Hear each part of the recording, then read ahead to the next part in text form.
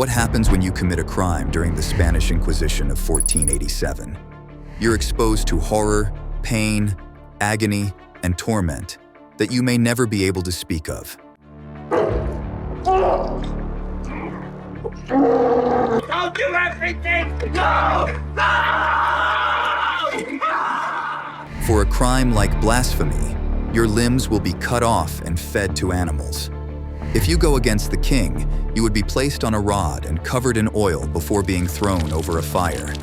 It would take people and they would hack their arms and legs off, and while they were alive, throw them on a fire. What if you steal? Your entire family will watch you being dismembered. And if you think these punishments seem unimaginable, get ready, as we are about to show you even more chilling punishment methods that will shock you.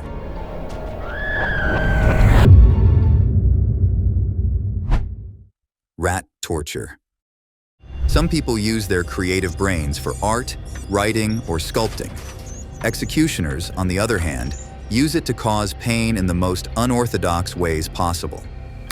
One of these creative forms of torture during this era was rat torture. If you have watched Game of Thrones or Too Fast, Too Furious, you must have come across this technique and probably felt like it was just a figment of the writer's imagination. However, it was a known technique during the Spanish Inquisition. To carry it out, a diseased or starved rat would be trapped in a bucket that would either be placed on the victim's chest, stomach, or sole of their feet. We all know that whether a rat is hungry or not, they are constantly in survival mode. It seems like they are in a constant state of calorie deficit, so they eat anything they come across. But now, when you mix that with a diseased or starved rat, you have a rabid rat on your hand. As the rat is in the bucket, likely wondering what is going on, heat is added to the bottom of the bucket, causing the rat discomfort. In a bid to escape, the rat starts to eat through the skin into the flesh of the prisoner. When the rat had eaten into the flesh, there would be organs in the way, making it hard for it to escape. Therefore, the rat has to keep eating until they have a breakthrough on the other end of the victim. After this, all we are left with is a partially eaten human with a weird-shaped hole and lots of internal and external bleeding. But sometimes, the punishers don't always want to kill their victims, they are just trying to get a confession out of them. So in cases where they want to make the victim talk, they place the rat bucket at the sole of the victim's feet and apply heat at the bottom of the bucket. As the rat chews away at the sole of the victim's feet, trying to escape, the victim is then forced to confess to crimes they committed. It is a terribly harrowing experience for the victim, as their cries for help are ignored, and even after the torture, they live with the knowledge of what happened and become paranoid, living with severe anxiety. And fear and anxiety seem to be the major theme of many of the punishments used during the Spanish Inquisition, because the next technique would make your skin crawl. Strappado. We're talking about the strappado. It is one of the most horrific, agonizing, and painful punishments in this series. The victims would wish for death as they slowly watched their lives fleet before their eyes. We are talking about horror, pain, torment, agony, and a wish to die while you contemplate how life got to that point. A second name for this technique is reverse hanging, because while it was literally death by hanging, it wasn't exactly in the way we know it. There are 3 different variants of this technique. In the first variant, the victim's arms would be tied behind their backs before a large rope is tied to their wrists. This rope would then be attached to a pulley, beam, or hook on the ceiling. The torturer would then drag the rope until the victim was hanging off the rope and their arm was dislocated. With a dislocated arm, the socket in the shoulder would have to support the full weight of the body, and because that is not its original purpose, it's only a matter of time before the shoulder is also permanently dislocated. If the victim confesses after this time, they will be released, but will be permanently paralyzed in the arm. However, if they don't say what the executioner wants to hear, they will be left hanging until they develop acute kidney injury and die. And all this takes place in less than an hour. For the second variation of this punishment, it's the same sequence of tying up the victim, only that a drop is added this time. After the victim is tied to a rope, they are allowed to drop from a high place until the rope checks their fall. Due to the amount of motion involved in this variation, the person is going to lose their limbs before they get a chance to confess to the crime they have been accused of. This variation is also called squassation, and it is believed that it is what Niccolò Machiavelli suffered in 1513 after he was arrested by the Medici family. This variation of torture is psychologically damaging because the victim can tell something bad would happen to them, but they won't be able to tell exactly when they will lose their limbs. When their limbs finally disconnect, they are devastated, and the pain is excruciating. In the third variation of this punishment, the victim's hands are tied before being suspended on a hook. A weight is then tied to their legs. So not only are they hanging in midair, but their hands and legs are being pulled out of their control, which will cause damage to their hips, legs, and hands. Even if the victims survive the strappado, their lives are forever changed as they either have to live with permanent paralysis or brain damage due to how much trauma they face. When the Spanish were not using strappados, they were working with the rack. Imagine a device that looks like it's built for comfort, but just when your brain is getting into it, it twists and turns, causing you immense pain. Yes, that is the rack. The rack is a torture device suspended in the air. It was one of those torture devices that people who got arrested always wished against. The torture from this device was so immense that it always resulted in death. It was more of an execution device than a torture device because the victims almost never survived. The device looks like a bed frame with axles at the head and feet. The victim is placed on the frame with their hands tied to the axle at the head and their feet to the axle below. While on the bed frame, the axles are rotated slowly, causing the victim's hand and legs to dislocate. The torture is slow and excruciating because the victim knows they will lose their limbs, but it's taking time to get there. You are better off getting thrown off a cliff than getting tortured on this device, which brings us to the next punishment method because it's quicker, but not any less harsh. Falling. Falling is a punishment that has been low cost in the Spanish Inquisition and was used to punish those who they thought would be unrepentant no matter how much torture they faced. The victim's hands would be tied, and a stone would be tied to their legs. Most times, their faces will be covered with a cloth, but other times, they will be allowed to watch themselves drown. The victim would be thrown off a cliff into a river and left to drown. If their feet weren't tied, they would be able to struggle their way to the top and get air. However, the stone tied to their feet would make them sink and prevent them from swimming to the top. While this technique makes the death faster than the ones mentioned earlier, it is painful as the lungs can become filled with water and burst. Waterboarding. The executioners during the Spanish Inquisition were so ruthless that they used something as refreshing as water to cause pain. The sight of water made their victims wonder if they were about to live or die, because another torture technique they used was waterboarding. This technique is very traumatizing, to the point that many organizations known for using extreme methods have even banned it. With waterboarding, a cloth is placed over the victim's face while they are strapped to a chair or bed, so their head is facing upwards. Water is then poured on their face at different intervals, making it hard for them to breathe. It created the illusion of drowning as the victims fought for air and tried to deal with the pain of choking, but not being to die. A more modern variation of that technique is to fill a tub or bucket with ice-cold water, place the victim's head inside, and hold it down under the water. Many victims of waterboarding are never able to return to living a good quality of life as they struggle to shower, wash their hair, or be around large bodies of water for an extended period. The heretic's fork. This punishment used a small fork to keep the victim's head in place.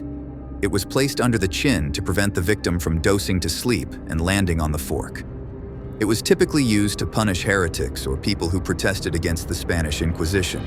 The heretic's fork kept victims awake, causing paranoia and tiredness. Water torture. There were other forms of torture involving water that was used during the Spanish Inquisition. It involves force-feeding the victim water until their stomach is distended. It involved two methods, also called Spanish water torture.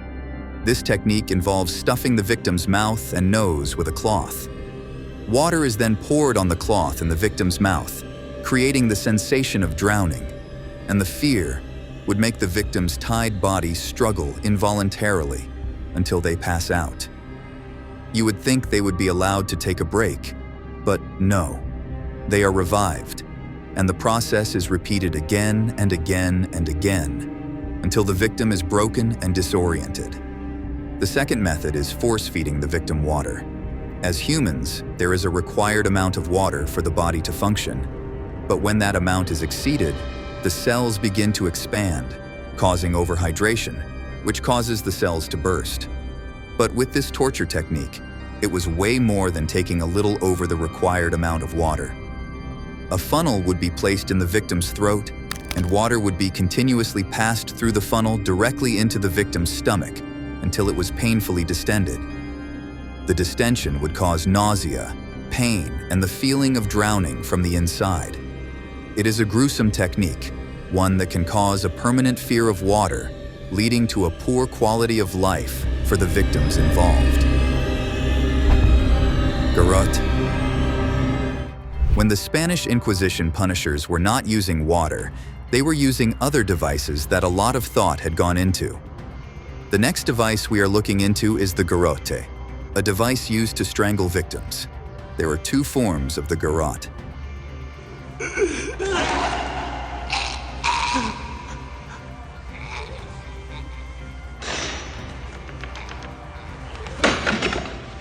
In one form, it is made of an iron collar attached to a post with a screw behind it. The victim's head is then placed inside the collar, and the screw gets tightened slowly until asphyxiation occurs. The cruel thing about this punishment is that the victim can feel the collar getting tightened, but they can't free themselves because their movement is restricted. They are subjected to mental games while waiting for death to fall upon them so they can be free of the pain. The second form is with a rope attached to a wooden handle, which the executioner holds and twists to tighten the rope around the victim's face. It makes the victim miserable as they wish the executioner would change their mind. But since nothing like that would happen, all they have are wishes and hopes, which never get fulfilled. But this wasn't the most gruesome of the punishments that the Spanish inquisitors meted out. Want to know what it feels like to have iron spikes in your skin without being able to bleed to death? Then check out this next device called the Iron Maiden. The Iron Maiden? The Iron Maiden was something like a metallic coffin that had spikes on the inside. It is one of the torture devices that can still be found in Spain, and many people argue that it was just a form of decoration. But this info will change that view. Victims are placed inside the Iron Maiden, tied up, and the door is closed. The spikes penetrate their skin, but are strategically placed so they avoid vital organs, making death impossible, but pain inevitable. As the victim stands inside the Iron Maiden, they scream in agony, waiting for the torment to be over as they deal with loss of blood. The Iron Maiden is used to get confessions out of people, while making sure they stay alive with scars, so that they never think of going back on their words. Some people believe that the design of the Iron Maiden was a mistake, based on stories of the Carthaginian execution of Marcus Atilius Regulus. The stories claim that he was made to stand inside an iron box with spikes on the side, so he could not rest. Many believe that is what inspired the Iron Maiden, while others claim that the device wasn't built for torture, but as a piece of decoration. The Scavenger's Daughter. While we are still on the topic of general body torture, what do you think it would feel like to be squished like a ball? Let's look at the Scavenger's Daughter, This device turned humans into sandwiches, with all their organs pressed together, bones fractured, and skin dented. The technique is scary to imagine, slowly suffocating the victims. The scavenger's daughter is made of an iron rod with a place for the victim's head and another round hole for the other body parts. The two round spots are then dragged towards each other, squishing the victim. When a person is squished with a lot of pressure, their organs may burst and their bones will break. The compression from this device would cause bleeding from the nose, mouth, and eyes, and the torture doesn't stop until the victim is dead. It was a slow and painful way to die because you would hear your bones breaking and your blood gushing out. The scavenger's daughter was not commonly used, but when it was always a harrowing experience, even for the spectators. When the whole body of the victims was not getting squished, they were losing their fingers to the thumbscrew. The thumbscrew. The essence of the thumbscrew wasn't to kill, but rather to get a confession out of people. It was made out of an iron screw. To use it, the victim's hand would be placed on a table, and the screw would be placed on the finger. The screw would then be turned slowly to break the victim's fingers slowly, until they confessed. It was built to scare prisoners and inflict just enough pain to make them confess, but not to kill them. Just like the other punishments in this video, this one was aimed at breaking the spirit of the prisoners, making them admit to crimes that they may or may not have committed. And if cutting limbs was not enough for the inquisitors, they were demented enough to abuse their victims with a punishment called the pair of anguish. The pair of anguish. The pair of anguish didn't involve any standard device, but was rather a form of sexual harassment. The victims will be restricted either to a chair, bed, or hook. Their legs are then spread apart, and depending on the gender of the person, a wood or iron is placed into their vagina or anus and spread until their tissues tear.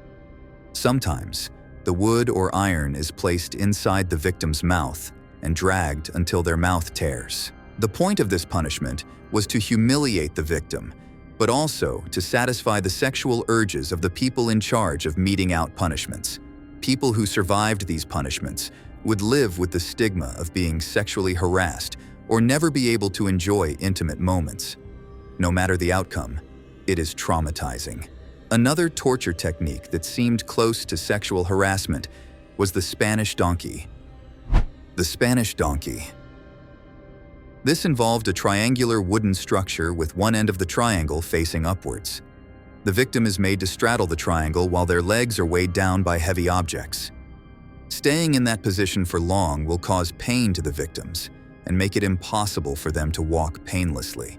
The purpose of this technique wasn't always to get a confession, but to punish victims for going against instructions. The Spanish donkey wasn't just used in Spain as American soldiers used it during the American Civil War to punish their Confederate prisoners. It didn't really hold any significant purpose for them. It was just an avenue to show how far they were willing to go to punish people. Many Confederate prisoners were made to ride this Spanish donkey for hours, days, and weeks until they eventually collapsed or lost their ability to walk. Despite how terrible this punishment is, it can be slightly compared to the next one, which is born out of a place of pure hate. Boiling. Boiling is a technique that not just the Spanish Inquisition punishers used, but also other leaders in European countries. It was a slow, inevitable death that even if you stopped halfway through, the victim might not survive, especially at a time when healthcare wasn't advanced. Just like the name suggests, a large pot of water would be placed on an open fire and allowed to get to its highest boiling point. This method wasn't meant to get a confession out of people, but to kill people. The victim would be placed inside the boiling pot and left there until all their skin boiled off, and they are left to die due to burns and heat exposure. If the leader in charge of this punishment decided to call off the execution midway, it would be a waste of time because the victim would not be able to survive the intensity of the pain. It takes around 2 hours for a victim of boiling to die, slowly but surely, sitting there as their skin and organs melt away. Foot roasting. The Spanish Inquisition punishers still had some more uses of heat in their punishment techniques, and one of them was foot roasting. The victim's feet would be tied up, and a hot surface would be placed at the sole of their feet, causing them immense pain as their skin tore and sizzled. The essence of this punishment was to get confessions out of prisoners, and the after effect was an inability to walk as the soles of their feet would be burned off. The branding iron. The branding iron was still another way of using heat to torture people.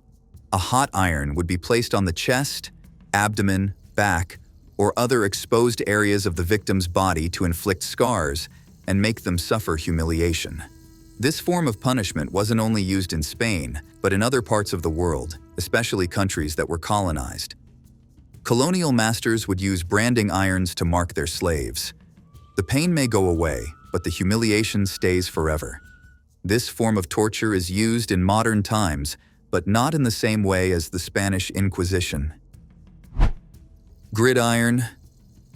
Another heat torture technique used during the Spanish Inquisition was the gridiron. The victim would be placed on an iron rod, which was then placed over burning coals or fire. The aim was to roast the victims, and they were sometimes basted in oil to ensure no part of their body was spared.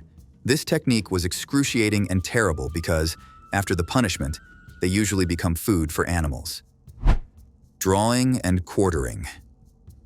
When the Spanish were not making their victims animal food, they were planning the next way to cut them to bits. With the drawing and quartering method of punishing people, they were not just traumatizing the already dead bodies of their victims, but also destroying the psyche of the people watching the execution.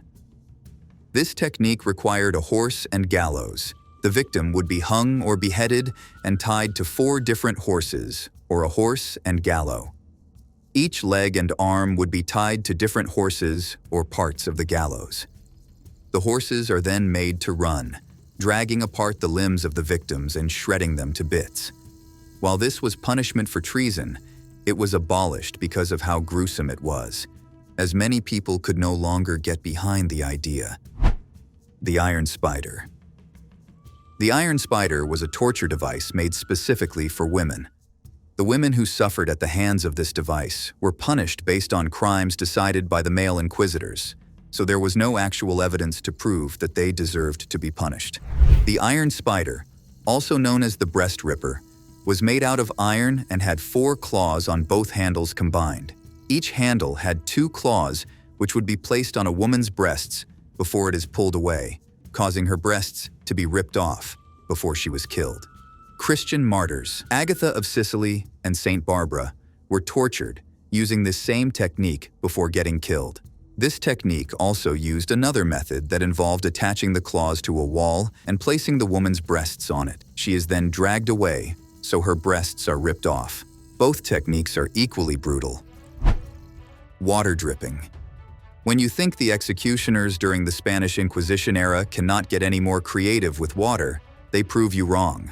A torture technique they used that was equally mentally damaging as it was physically damaging is water dripping. They use either hot oil or water and drip it slowly onto the head of the victim's body, causing a sense of fear. Since the victims don't know when the next drop will touch them, they would be in fight or flight mode.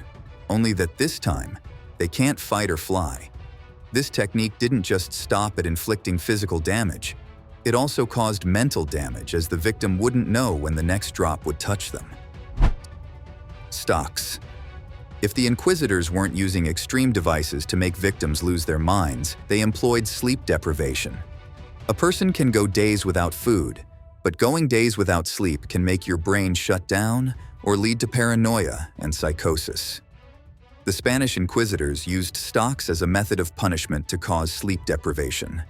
The process of doing this was by keeping the victim in an upright position and keeping them propped up, preventing them from falling asleep. Scaphism. Scaphism is one of the most disgusting forms of punishment in this video. With this technique, the Spanish inquisitors turned their victims into food for insects, and it was one of the worst ways to die. The victim would be placed inside a hollowed tree trunk, so they are trapped and unable to move. While inside the tree trunk, they are force-fed milk and honey, and when you hear this part, you might be wondering, what exactly is the punishment? After they are force-fed milk and honey, it leads to diarrhea, which is deposited into the tree trunk, where they are stuck. They are then smeared in milk and honey, attracting insects who would eat any and everything off their body. The victim would then die of dehydration, heat exposure, or bites and stings. It was a slow, disgusting death. The excretion would cause dehydration, and the insect sting would add to the victim's irritation. These punishment methods have since been abolished, with many people arguing that it was too gruesome. But what exactly made the Spanish people get to the point of using intense punishment methods? The truth of the Spanish Inquisition. The Spanish Inquisition started in 1478 as a judicial institution which was set up to deal with heresy in Spain.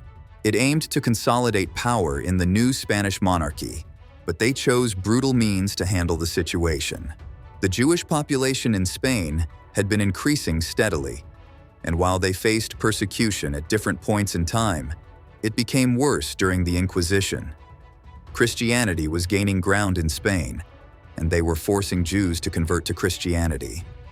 Many Jews did convert because of the fear of punishment, but continued to practice their religion in secret. But Jews weren't the only ones affected, as people of other religions were also under threat of annihilation. However, despite the high number of converts, they continued to face prejudice and criticism. In 1478, Pope Sixtus IV appointed inquisitors in Spain to deal with the people who had refused to convert to Christianity. The Grand Inquisitor oversaw all the inquisitions and determined who got punished for what. This immense power led to the expulsion of over 100,000 Jews and people of other religions. The Spanish Inquisition was a perfect example of what happens when religion is mixed with government. With the backing of the government, the inquisitors could sentence whomever they felt like and give them the most inhumane punishments. It was one of the darkest times in Spain, and although most of those punishments have been abolished, many people learn about those days and start having conversations about torture. Many of the punishments from the Spanish Inquisition era have been abolished, but some people argue that torture should be legalized again. For some people, it can be a good way to keep people afraid of committing crimes. However, some people believe it can easily become a power trip, and people would admit to crimes they are not guilty of. What side are you on? Do you think torture should be legalized, or other methods should be employed to get answers? Let us know in the comments. If you enjoyed this video, make sure you subscribe, like, and share.